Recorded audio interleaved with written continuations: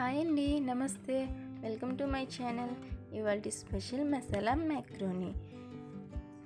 బ్లాండ్గా ఉండేటటువంటి ఇటాలియన్ పాస్తాని స్పైసీగా మన ఇండియన్ టచ్ చేసేద్దాం.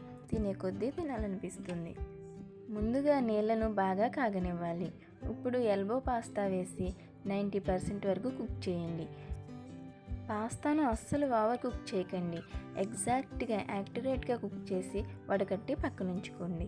ఇప్పుడు మసాలా కోసం ప్యాన్ పెట్టుకుని 2 టేబుల్ స్పూన్ ఆయిల్ వేసి హీట్ చేసుకోండి. 2-3 వెల్లుల్లి తరుగు, 1/2 స్పూన్ జీలకర్ర వేసి ఫ్రై చేసుకోండి.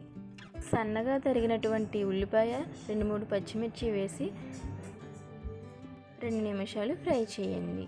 ఎక్కువ ఫ్రై చేయకండి, ఉల్లిపాయ నోటికి తగులుతూ ఉండాలి.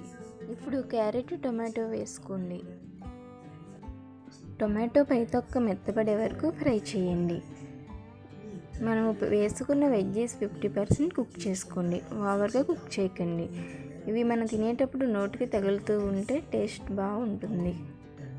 మనం ముందుగా ఉడకబెట్టుకున్నటువంటి పాస్తాని వేసి నీళ్ళు ఎగిరే వరకు ఫ్రై చేసుకోండి.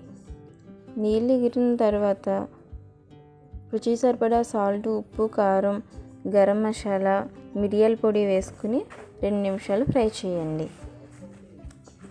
ఇది బాగా ఫ్రై అయిన తర్వాత ఒక చెక్క నిమ్మరసం, కొద్దిగా కొత్తిమీర వేసి ఫ్రై చేసి బాగా కలిపి దింపేయండి.